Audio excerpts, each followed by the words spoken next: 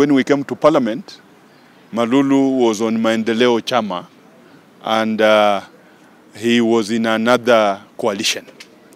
But being my friend, the moment we got to Parliament, and already me, because being in the Amani coalition, we had already joined the Jubilee coalition to work with them.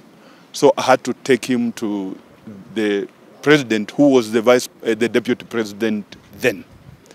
He was welcomed, and we have really walked a journey to support William. In fact, even during the time of Tanga, one of the meetings we held in his home, we were tear-gassed, but we didn't give up.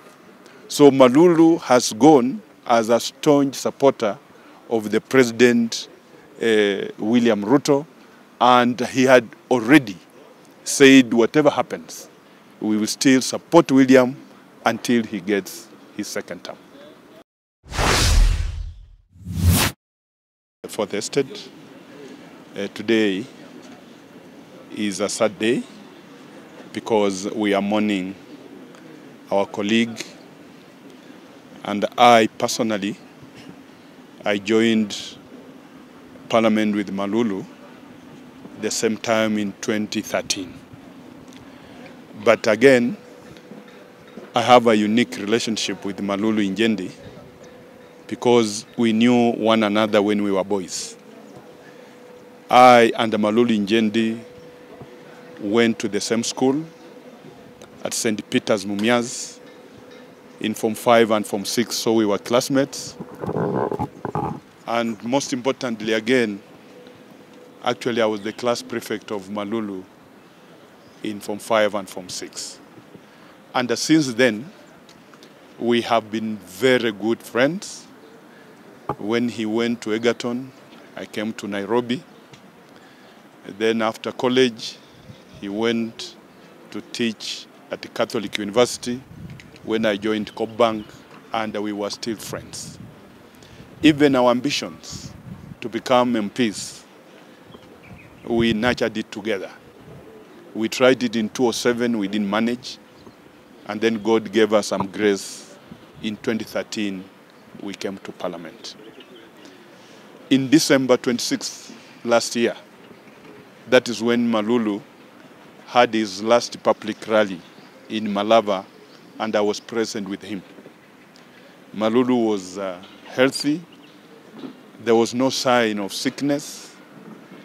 And that was the time he was doing his last tournament, because there were finals for his tournament that he had actually prepared. I went there as a friend. I went there as a colleague. And I also went there in my capacity as the chair of the departmental committee in sports and culture. So we had a good time. In January, when I was still in the village because Malulu had come back to Nairobi, we spoke because one of my schools, the results had been withheld. And him being the vice chair of the departmental committee on education, I had to call him because I didn't have the number for the CS of the Minister of Education. And we spoke at large. He gave me the number, and that was it. Malulu did not show any indication that he was ailing. But as nature is, later on, Malulu went to Nairobi Hospital, and the next thing we heard was Malulu was in ICU. It is a shock on us. We can now look at it and see that this life is not ours. Because the short time Malulu has been hospitalized, all of us expected him to come out of the hospital a health person and continue to serve his people of Malava. In fact, 2 weeks ago, I was at Akakan, and Malulu was off the machines, giving us an indication and an indicator that is getting well. Only shock on us, after another week or so, we were told Malulu is no more. Actually, it is hard to us. It is a sad moment to Parliament. and Malulu could cut across irrespective of our political dimensions. He was a friend to everybody. He maintained his cool, and I know that if there is a place that God has kept for somebody to sit with, Malulu should be one of them.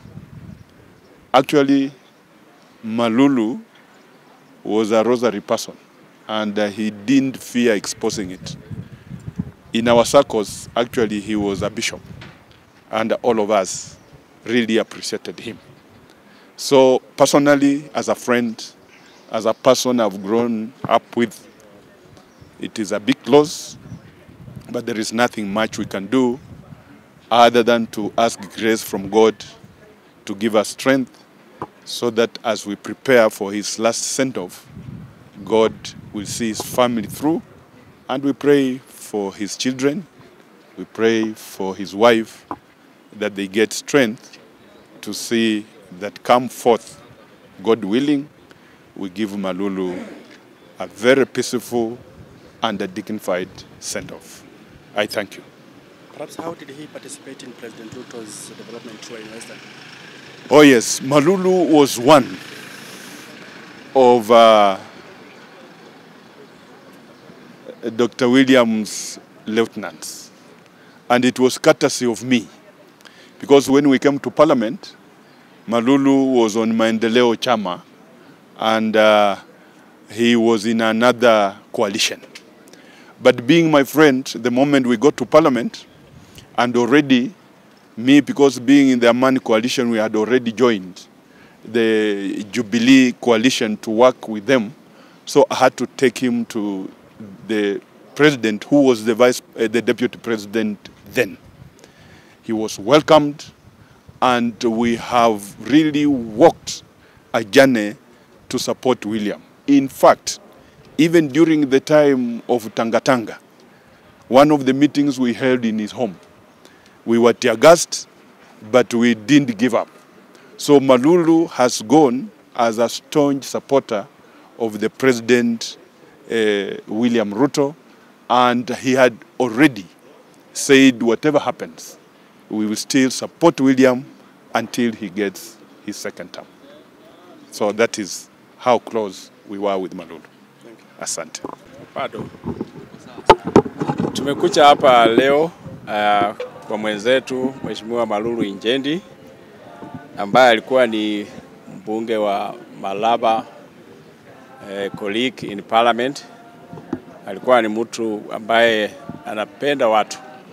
Alikuwa ni mtu ambaye amefanya kazi na wabunge wenzake kama marafiki, kama colleague. Alikuwa ni mtu honest. Malulu Injendi vile tumemjua kwa miaka mingi.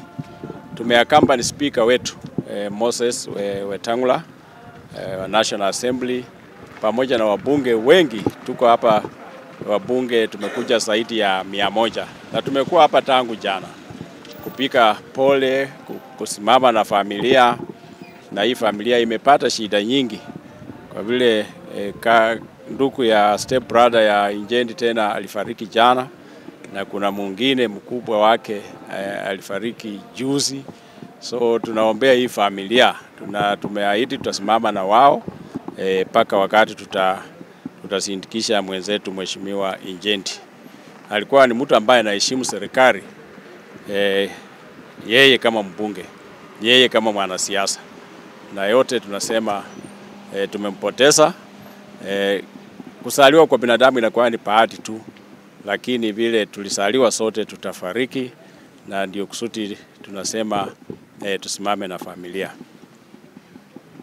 Alikuwa ni pila ya caucus ya Western Region, huyu Mheshimiwa Injendi. Alikuwa ndiye advisor mkubwa ya hii Western Region, na alikuwa ni mtu ambaye angependa, kwa ushawishi wake alitaka aone ya kwamba community ya Western imesimama pamoja, na tutasimama pamoja because alikuwa ametuanzishia hiyo. Asante.